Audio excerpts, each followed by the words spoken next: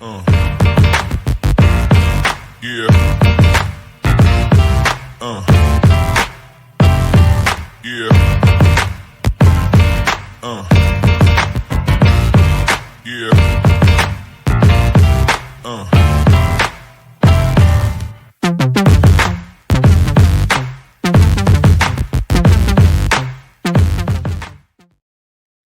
Yo, what's going on, everyone? Welcome to this week's episode of River City 93.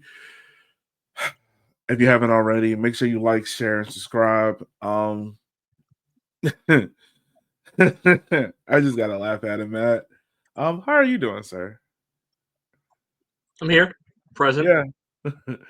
It's funny, like right in the middle of the intro video, my mic, I tried to like pull it down and pull it closer to me, and I guess I didn't break it, but like you know how something just becomes untightened over time. And yeah, it just almost fell apart before we even started the show. Much like our defense, and unlike our defense, we bring you this episode every week, and we show up. And Matt, I don't want to talk about it long. I think the best way how to summarize this is the kicker's attack is okay to good. It feels like over the course of this year. Sometimes, yeah. Yeah. Well, yeah. I mean, look, if you score 2 goals, I don't know what the average in the game, but I think it's north of like it has to be north of a goal and a half. I'll put you in okay. Like you're okay. It's okay. You're not great or anything like that. But this defense, man, has been horrendous, to put it nicely. And horrendous is not even a nice word. So I'll let you start off with it. Because I can go on a rant. I don't want to do that. Because we have listener questions that are a lot more fun to do than to talk about what we saw. Yeah, like you're saying, the attack can be good, sometimes, right? Like 4 of the last 5 games, they've scored twice, which Yeah. you would think, like if you just got that stat alone, right there, I tell you, all right, your team in 4 out of 5 games are going to score exactly 2 goals. Mm-hmm. I don't know how many points you probably think you're getting out of those games. What, out of the last 2? Oh, at least 4. No, I'm saying if I tell you like any random team you like, in a 5-game stretch, 4 of those games you're going to score exactly 2 goals. Oh, at minimum 12? Like I would feel pretty good about it. Yeah, you probably figure like 9 or 10 at least, right? Yeah. Right. Maybe there's a couple 2-2 draws, mixed in there, somewhere. No, they gotten 3 points out of those games, right? So, and we've talked before about there's other times where the attack just no shows for weeks on end, but we're not at that point in the season right now. We're back to the attack shows up, the defense no shows portion because they can't be there together. No. Right? It's like the comics, like you can't have Superman and Clark Kent in the same place at the same time, and that's a terrible analogy because we're talking about bad things, right now. But this team, either the attack works or the defense works. And when one's working, the other one is like bottom of the league quality. Right. And I think I counted. Yeah, my fault. Yeah. In the last 3 games, they're averaging 4 goals against per game now. That's not even going back to earlier in the season with some of the other big numbers that ended up on the scoreboard against us. Yeah, it's just not an acceptable thing for professional team to be able to do. Like, okay, it's one thing if it's a cup game against like a Louisville, that's a clear tier above. Yeah, you can understand that one, right? If it's playing an open cup game against an MLS team, okay, you can understand. You kind of getting it taken to you there. Tormenta.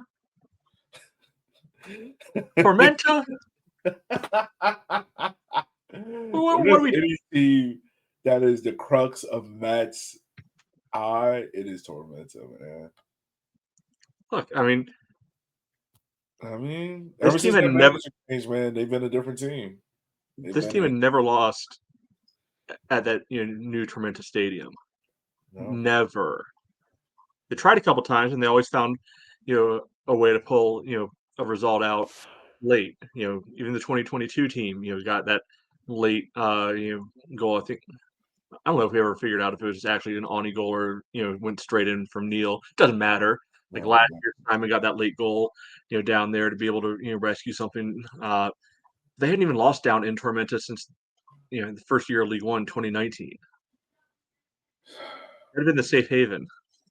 Yeah, it's been the last thing we can always rely on. And look, we're not going to bore you by going through each goal. I mean, I'm pretty sure fans saw them themselves. Like, it was what we've been saying all season: individual errors, defense that look like they don't communicate, don't look like they're being proactive to get rid of issues. Look like they're being reactive. Let's not forget about midfielders not following runners. Yeah, that's really what it comes down to. So yeah, I mean, if you look at the attack alone, like it feels as if this is a team that, like we said, like it's an okay to good team. They have their moments. Darwin Espinal and Neil Sorfer combined for the first goal, and Kirkland scores again. But then a defense that more or less, and look, I believe this defensive unit has good players in it, but something just isn't working between the goalkeeper, the defenders, and the midfield. Something just isn't working. And I don't know if it's a case of what Darren is teaching on the training field isn't communicating to what happens in game. If these players just don't talk, or then to be honest with you, really since Dak's been out of that center defensive midfield spot, that's really when we're seeing this team go bonkers. I mean, even with Dak in it, this defense wasn't great, but it wasn't this level of discommunication on just simple stuff. Yeah, so you can go back to stuff earlier in the year where we were like, maybe Dak back in the defense would help out. Okay, we probably got that one wrong. He probably in the defensive midfield spot is the greatest value to this team because oof, Yeah, ever since then. it's just Yeah, been like you're saying with the attack, like Darwin, continues to be involved in almost anything good that happens. You know, I mean, where there were a couple times where it wasn't the easiest shot ever, but based on what we've come to expect from him, yeah. he gets that one touch to be able to cut in, and you think he's going to be able to pick out the back post every single time, and you get disappointed when he doesn't, and he misses it by a foot, instead. I think that goes more to show his level, more than actual real disappointment in his performance. Mm-hmm. Just because he's been such quality and so consistently when he's been healthy and available this year. I thought Kirkland's finish was really good, too. Like I don't think that's the type of goal that I can think of that we've seen from him yet. Like a lot of his other goals have been kind of not headers, stuff that's been closer to the net. This is one where we got to see him put his laces through it and just rip one low and hard to the corner. Really, really nice finish, and he'd been in a little bit of a rut lately with some. We've probably mentioned a few that were like, dude, you got to be able to score that one. So maybe this can help to help him build some momentum going into the end of the year. But I mean, if we're being really honest, that game could have been 7-4, 8-5, something like that, because like Maxey, had a really good chance early on, forced a big save out of Pack, and then the rebound falls. No, 2 or 3. Yeah, right? the rebound falls right to him at the 6. You just couldn't tuck it away. I mean, decent save, but it's not just you got a right foot, It's not just for balancing. You just tuck it in right there. But I feel like this team has missed a good number of chances from the 6-yard line. Yeah, for real. And who knows how that changes the game if they go up one early on. We've There's said that. that so many times. Yeah, there were a couple other pretty good saves that came about, and James had some good saves too. Unfortunately, they also had a lot of really easy chances that I don't know if any of the goals you can really fully put on James, because most of them were tap-ins or just one-on-ones. Mm-hmm. But yeah, that could have been a, like I said, 7-4, 8-5 kind of game without too much imagination. Yeah, it could have been. And I mean, well, we're not going to talk about that game anymore. We're going to go and head over to listener questions, which, by the way, if you haven't, make sure you like, share, and subscribe. We're about seven followers away from 100 on YouTube. So help us get to that by the end of the season. But right now, we're going to answer some listener questions that we got last night because we didn't want to dive too much about this game. We want to have something fun to talk about. Actually, before you hop into that, did you notice that? Actually, I don't know for sure, but it looked like Darren got himself booked. And I think that might be the first time all year. Oh no, I missed that. For real? Wow. It looked like at one point in second half, the ref booked somebody on the bench. I assume it was Darren because he's the one that's up and about. But I guess it could have been someone else. But oh wow, oh wow, that would have been go ahead and get yourself run. Yeah, especially if your team's doing that out there. Be like, you know what? Let's just end this early. It's kind of like when you get to the end of the game, you're like, hey, can we just do a running clock? Like, just keep it going. Yeah.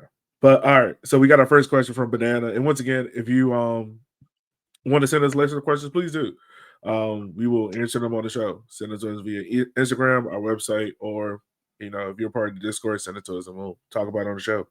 But this one is from Banana, and he asks, if you were in charge of hiring a new coach at this level, who would be your top candidates?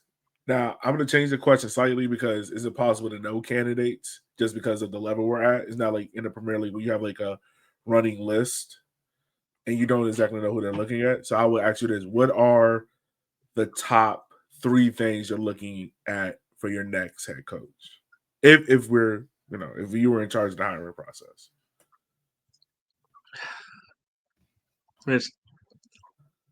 It's tough because are we ignoring some of the restraints of the club that we know exist, or are we kind of talking about in a vacuum? I would say we can keep it realistic. We're talking about what we know the restraints are. So I think you want somebody who has experience, working with younger players or growing, cultivating, younger players earlier in their careers. So I think that's one piece, because right or wrong, that's probably not going to change. With what the organization as a whole is going to try to do. So it doesn't make sense to bring somebody in who is a full on. All right, I'm just going to bring in all my 29 to 31 year olds, and because that's probably not going to mesh. Yeah. So I think that's one piece that I would have in there. I think you want somebody with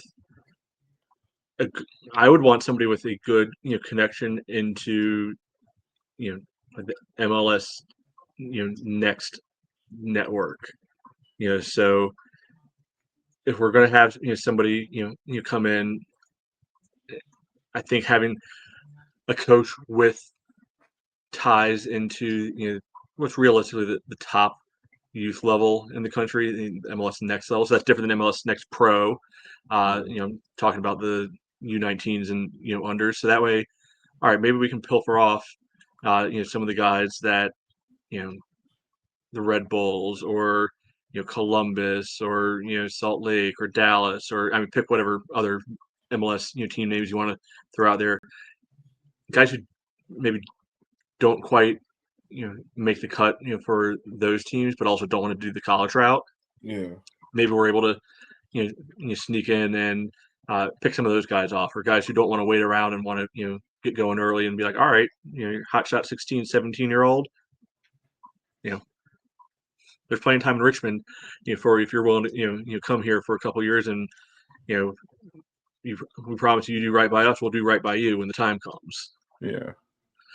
I think those are probably the big two I can think of right now. I don't know who matches some of these criteria necessarily. I think that there's also a trend, these days towards younger coaches. Could be nice, but it's not a hard requirement for me. Yeah. The only coach that I can really think of, I mean, where you were talking, the only coach that kind of popped in my head was, I can't remember his exact name, but the coach from Lionsbridge. I have no idea what his name is. Yeah, I know his first name was Chris, but I would be interested in that if the Kickers will be like, we're gonna, go with him. Just because I like what he's done down there in Lionsbridge, and I feel like that could be a good connection because, even though Darren has like a big Rolodex and whatnot, I feel like there is a missed opportunity with getting players from the Virginia, Maryland area, especially with DC United not tapped into the academy network like that. I mean, if you want to hear more about that, listen to RFK Refugees, Ted and them. They'll talk about it all day long. But my first thing is a coach that has good pipelines in the Virginia, Maryland area so we can get players closer to home, because we have seen kind of like a talent vacuum drain. If you go back to the record of from Virginia Tech, then went to Greenville, multiple players from the 7-5, and even that DMV area up there. And even here home in Richmond. I mean, we've been able to get some guys, but like the whole Simmons family left, went to MLA Next Pro in college. Multiple other guys are going to MLA Next Pro. And my second thing is, and this isn't more so a head coach, but maybe a regime change might help this, but repairing that relationship with Richmond United, I feel like that would be a big positive.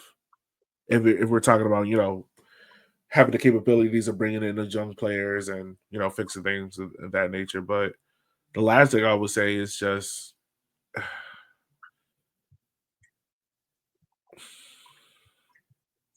I kind of feel like this is a dual-edged sword. I want a coach who has a tactical identity, but who isn't married to it, if that makes sense.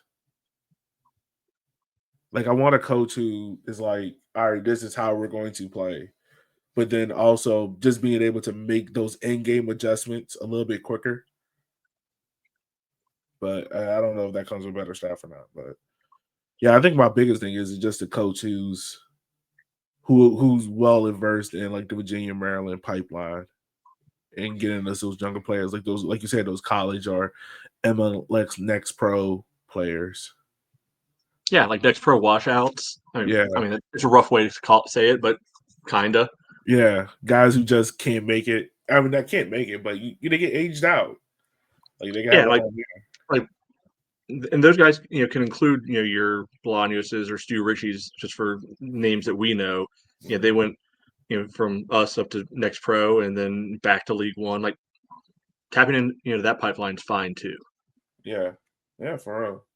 So that's what I would say for that. Like, all right. So the next question we got is. Well, I think the big takeaway though is, if and when anything does happen, the odds that we're overly familiar with whoever the next guy would be are very low. Oh, very low.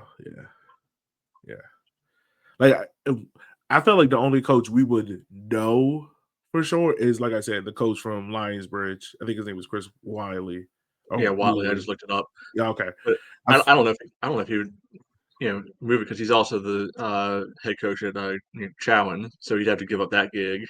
Yeah, which I'm not going to speak for him, but I feel like he might. Like if it's a pro job, maybe, That's but a secure gig though. yeah. I feel you. Like it's no, it's different in a pro team. But yeah, I mean, I would be very. It would be hard to know who would be the next candidate. I'm pretty sure, like every club has a contingency list.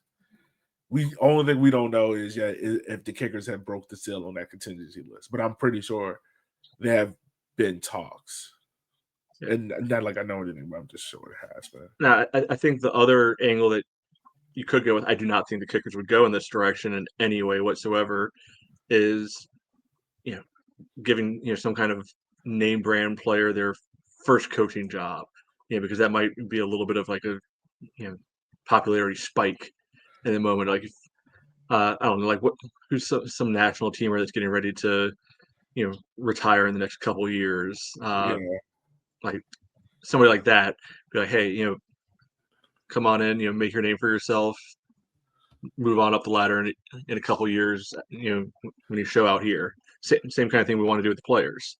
yeah, yeah. Like you see, like I, Benny Feilhaber out in Oakland these days. mhm. Like Michael Bradley just started, coaching Red Bulls too. Like that sort of, profile could be Yeah. interesting. I mean, we've seen the good and bad of it. I mean, we literally saw Oh, it in this league yeah, with it could Jermaine fail Jones miserably, but and and I mean, we also saw the good of it with Eamon Zayed, who played in the first year of this league. So I mean, it could work. It's just and matter of fact, even former kickers player, Vincent, his last name was escaping me, but now he's the interim head coach for Unioma, which I'm pretty sure unless well, I mean, yeah, that's a little different scenario where he just luck boxed into his boss leaving. yeah. But I mean, yeah, look, he got a Unioma team that was a dead rubber to now, you know, It might just be that Casciato run out of road there and he got out of town. yeah, yeah, But even that, I don't. All respect to Vincenzo Candela, that's not the profile of guy I'm talking about. I'm talking about somebody who would actually have a name that people would recognize. right, yeah. Like even Eamon's not that guy. I wouldn't just because I think this team needs a complete rebuild, and I don't want to put that on a first year head coach, like a guy who's been his first ever head coaching job. Now if this was like if you take the 2021 team and a team that's like, all right, the team's a little bit more settled, then yeah, I would go with that. But what this team needs in this rebuild, I wouldn't want that. So the next listener question we got is from Paul Slider. With player development such a big deal, who do you consider to be the player development wins this season, and who has taken a step back? Well, the second part's a pretty easy one. Yeah, Almost everybody. yeah, almost everyone. I think there's individual moments where you can look at it and be like, okay, they've gotten better over the course of the year. Like I think the one that really stands out to me is James Stanton, and how he used to. I think we talked about this even after the first AV Alta game, where he has like this weird hitch up, where he would kind of like stutter step and then kick the ball. You've seen that get worked out of his game, especially with some of the early goalkeeper mistakes. I think he's gotten a lot better. Like there's not too many goals really after that I can think of it being like he's the direct contributor to why we score that goal. Where in terms of like it's his mistake that leads to the goal. It hasn't been that many. I mean, obviously he's led to some goals that I'm pretty sure he want back. Um, but I mean, his saving forms look better. He looks more confident in the air. It's just unfortunately he's in front of a defense that is just leaky. And then if you go look at Griffin Garnett I'll start off with Griffin Garnett. I feel like Griffin kind of stagnated a little bit. Like I haven't really seen anything this year that looked like he's added on to his game. Yeah, it almost feels like he's like being hidden, during games Yeah, in a way. Like you would have hoped he would have been able to, step up this year and be able to, be the guy in central defense, right? Like, and understand he's got some veterans around him. They might be more the vocal guy. That's fine. Like, but being kind of not full on like shut down defender, but a lot closer to that. Whereas Yeah. he seems almost more like a support center back than like anything else. Yeah, he's kind of felt like the forgotten man in that back line. But I mean, Yeah. yeah, Yeah. And I don't know if stagnant's the right word, but he definitely doesn't feel like he's progressed. yeah. And then you look at Beckett Howe. I feel like Beckett's grown. I still feel like there is a better version of Beckett. We just haven't unlocked it yet. Yeah, possibly. And the big thing for him is he's healthy. Yeah. Honestly, That's after scary. the years he's had, I think that's the big thing for him. I mean, being in that left back spot, we know his deficiencies, but I think Beckett does a good job of playing into his strengths. Like he knows what he's good at and he knows what he's not good at. Like I think that's good to have in a young player. Like he's self-aware of which he know, like, all right, I'm still working on the attacking part of my game, but right now he's a okay to good 1v1 defender. He's strong in the air.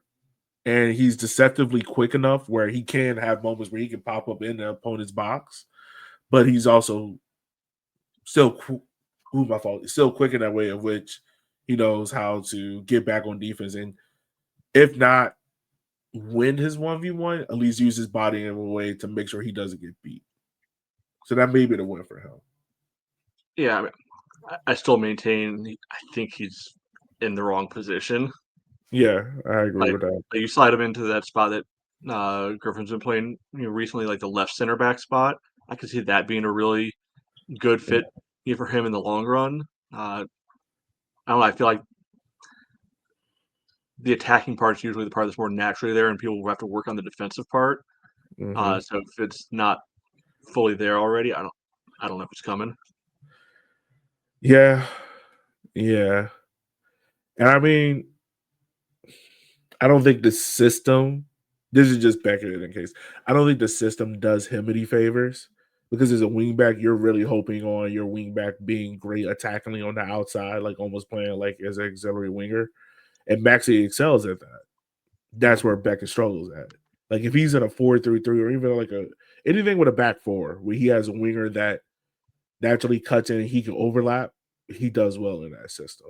But in a back three in which he's the only one on that wing, Beckett sometimes has a tendency where he can get stuck and it makes an auxiliary back four, or he just doesn't get high enough to relieve the pressure of having the other system work.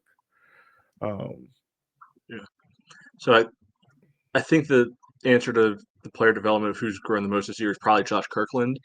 Yeah. Oh yeah. Now, granted, he's 24, so I don't know if it's a full apples to oranges sort of thing of how much of his development versus how much of it is him having a full actual year with the team this time around and being fully integrated as opposed to just being a practice player who's around when he can be for most of the He year. also has like and this is going to sound weird, but he also has like a man's body. It's almost like because he's 24.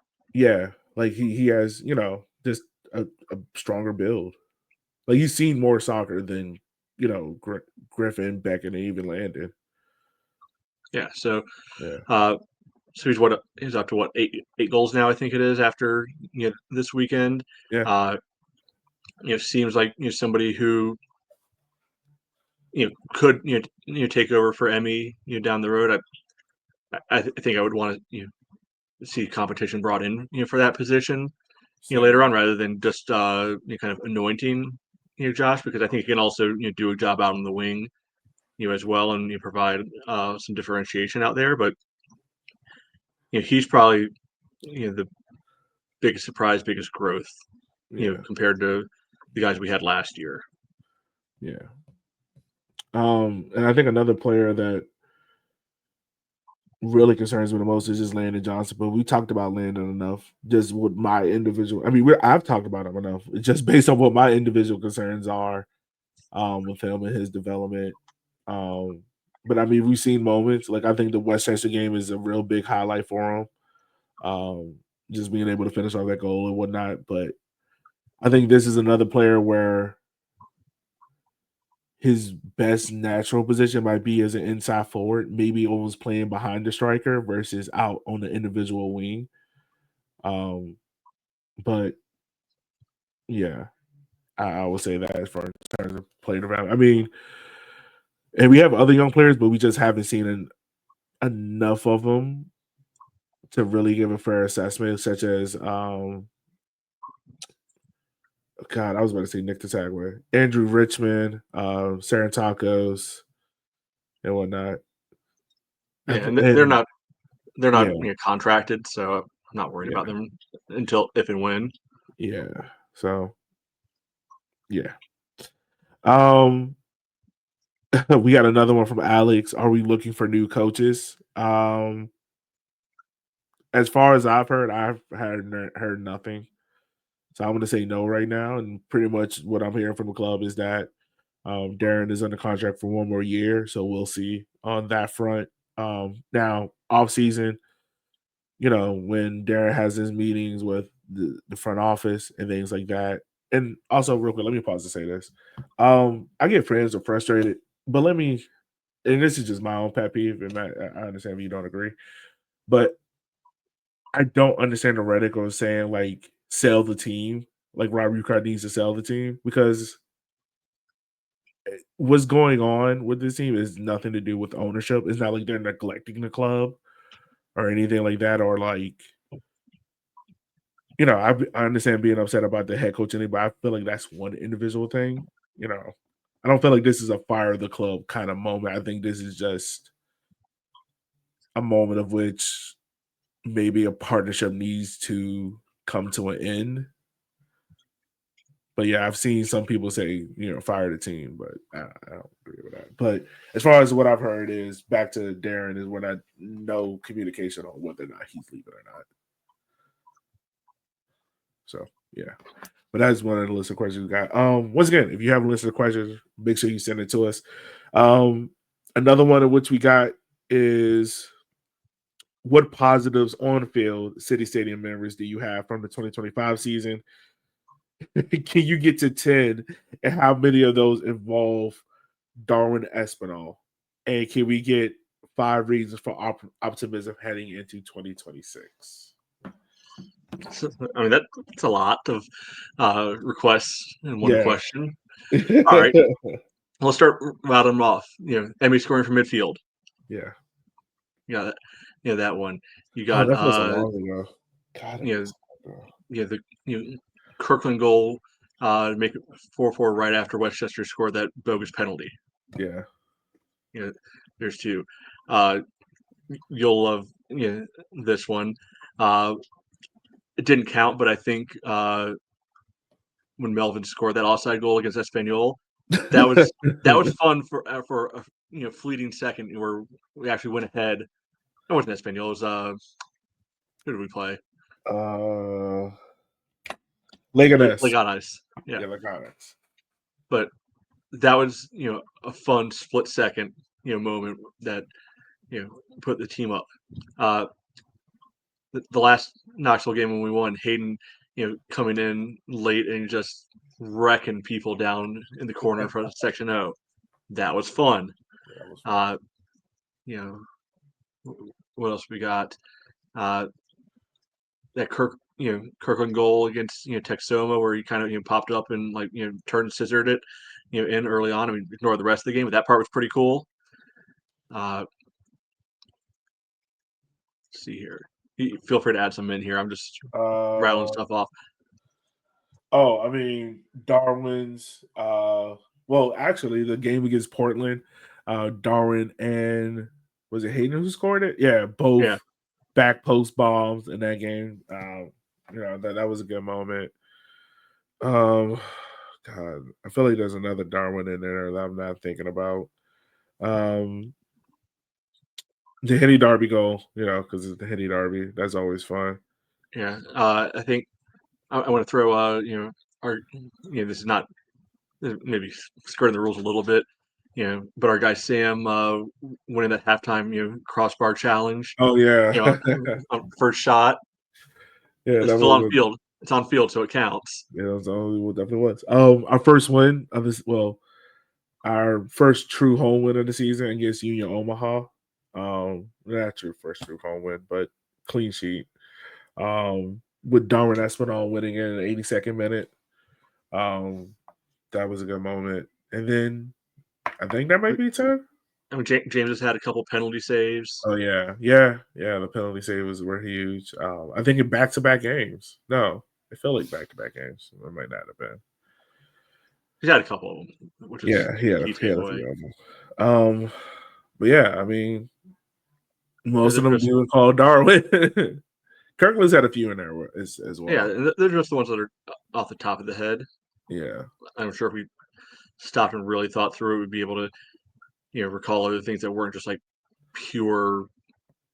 Oh, remember this goal? Oh, remember that goal? But and that's almost what makes all this more frustrating is there have been those moments yeah, that just haven't been able to sustain them and capitalize. yeah. For real, I think that is the frustrating part. But the second part of this question was, can we get 5 reasons of optimism heading into 2026? Okay, well, Um, can I take the easy first one? oh yeah, Darwin Espinal. yeah, He's good. yeah, yeah. He is good. The second one I'll give you is that we will get new jerseys. If you liked what Hamilton's done so far with the Richmond Kickers kits, we get a second full year with them, so they're a little bit more streamlined. Um, the third one that I can think of to make you more optimistic is it's a new season. I'm pretty sure we'll have a new team out there, some new faces, some returning maybe, and it's a new reason for hope and beginning. Everyone starts off 0-0-0. So what happened last season happens in last season. Yeah, I think another reason you can make yourself optimistic, and this takes a little bit of self work, Yeah. but things can turn in this league quickly. I mean, Hmm. look at the top of the table right now. It's not necessarily who we thought it was going to be at the beginning of the year. Yeah. It's Chattanooga, Yeah. right? Yeah. Yeah, they can be able to put it together. And favorite whipping boy Tormenta playoff spot right now, and there's some other teams that everybody thought would have been running the league. Westchester. I mean, Omaha's turning it on now, but they were just down there in the muck with us for most of the year, and they've been Mhm. able to finally put it together. But nobody thought they were going to be struggling that bad for Yeah. most No. of the year. So weird stuff can happen if you get a few of the right guys, right formation. You can make some noise real fast. Yeah. Um. So the last question that we have is: was there a moment? Is there a turning point of the season where you thought the season was going to be saved, but it just led us on this course of being a dead rubber team? It's like, what was the moment where you kind of like gave up Yeah. hope a little bit? Yeah. Oof. Where it really hit you, where it was like, oh, we might be in some trouble here.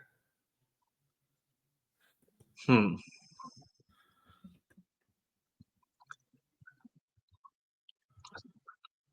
I'm trying to think back to what my mindset was at the time, because like that's the hard part, to be able to fully remember, right? Yeah. I want to say it was probably around the first Westchester away game, followed up by that home loss to Texoma. That's my that is my moment. That I'll let you explain. I'll let you go first. Oh, so we've talked about this before. Beat Omaha on April 9th. Yeah, that put them at what 3 wins and 2 losses from their first 5. That's a pace that will get you into the playoffs 100 times out of 100, right? So a good start there. No, no real shame in going down to Naples and losing. They were white hot to start the year, so that was kind of a whatever sort of situation at the moment. Follow up with that 4-4 Westchester Wild one. Okay, I don't think we realized Westchester was going to be like lull bad at that point. Yeah. Louisville is a write-off. The Greenville shootout, maybe a little worrying that we keep getting these shootouts and not finishing the job off. But Chattanooga away was that joke game, in all the rain. Spokane away, we knew what Spokane was, and that game sucked because we were up a man most of the game, and you wouldn't have thought we were the team up a man. But then it's Westchester away where went down too early. Yeah, they clawed it back, but we kind of started having an idea of what Westchester was then, and then Texoma. Yes, Texoma started to turn it around at that point, but Texoma was we thought they were going to be Westchester. Looks like they are, and at the beginning of the year they looked like they were going to improve everybody right with that prediction. Yeah, and the team goes up early and then just craps it away. Yeah. So that's I think it's probably somewhere around there where the alarm bells started to go off. I mean, mine was around the same time. It truly started with the Texoma loss, because this felt like a game we just gave away. Like, score early, Kirkland scores a 7-minute, and then we literally gave 2 goals on a platter to we gave 1 on a platter to Texoma, and then Samuel Asante, who I still believe is running in dirt, scored. And to be honest with you, he hasn't played since June. Like, that game so irritates me. And then the Spokane game, we got played off the park. Like, we didn't even look competitively close to even beating them. And then there was a glimmer of hope against Union Omaha, which we won 4-3. This is all in the span. Like, these are games right after each other. And I think at the moment I was happy we won because it felt like we got back. We're right. But if you go back and the more we talked about it, there was alarming bells there because of one, the matter of the goals we were getting, and it just never felt like we were in control of that game. Like, it felt like we kept leaving the door open for Union to get back into it. And then it's just this whole stretch up until August 9th until we play Portland. Lexington 3-0. And that was, I mean, granted, now we know how this Lexington team is going now in USL Championship. And this is when they kind of got their start, but didn't feel anywhere near competitive close against them. Chattanooga was a game in which we should have done better in, but we just gave away 2 back-to-back error goals. Tormenta, same thing. Jaeger Cup, that was kind of a toss away, so I'm not going to count that against them. FC Naples didn't look close. But I think the true moment, I think, is that 0-0 Chattanooga Richmond game that ended in that crap rainstorm where the ball just wasn't moving. And I just think about it, like, because it felt like at that moment, Richmond was still like teetering, and they just needed a result to go right there. And it felt like if they get that win in Chattanooga. Hold on.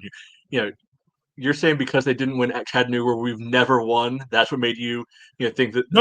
I'm not saying lost? that's no. I'm not saying that's my moment was the Texoma game. I'm just thinking about like this team, like what was the moment that broke this team? That might not broke this team, but the moment where it's like this is like sliding doors moment. If they win in Chattanooga, right, a place you never won, does that change the fortunes or whatever? I don't know, but it feels like that is like a moment I can pinpoint. The other moment I can pinpoint is the Henny Derby in Madison that we went to, because sliding doors moment, let's say Kirkland scores and we don't give up the last second goal. Does that change how the Portland game goes? Does that change how, the game after that Portland game goes? Yeah, I feel like that might be a little too late in the season because we were already digging out of a pretty deep Yeah. hole by then. It's like, look at Madison; they won that game, and they're in a bad way right now. Still anyway. Yeah. Yeah. I think the team moment might have been Chattanooga just because, what happens if you do win that game? Like, does it, at least change the mood? But I think the real moment is Texoma. I think it's Texoma. But yeah, that's what we have for listener questions. Once again, if you have one, send them our way. We'd love to talk about it on the show. But Matt, anything else from you, my good man, before we wrap up? No, I mean, home game this weekend, they're still fun. Even when on the field might not be the most fun, still a fun environment, still a good time, out. So, it's never a bad day to be at City Stadium. No, it's not. I won't be there this weekend because I'm going to DC. So I'll see everyone. I know I've been saying, the Hitty Derby. I'll be at City Stadium before the end of the season. I know that much. But yeah, we got 4 games left. We'll see how it goes. Hey, regardless of what happens, we're gonna cheer on the boys regardless and get ready for the off season. So once again, we just want to say thank you for taking time out of your day for listening to our show, because without you, we couldn't do this. We wouldn't want to do this. And trust me, we are going strong in making sure you guys get your local regular Richmond Kickers talk. So for Matt and myself, we will holler at you guys next week, where hopefully we are not doing a whole bunch of listener questions. We're talking about the kicker scoring 3-4 goals against Woodstock. So with all that being said, we'll holler at you guys next week. Be easy and be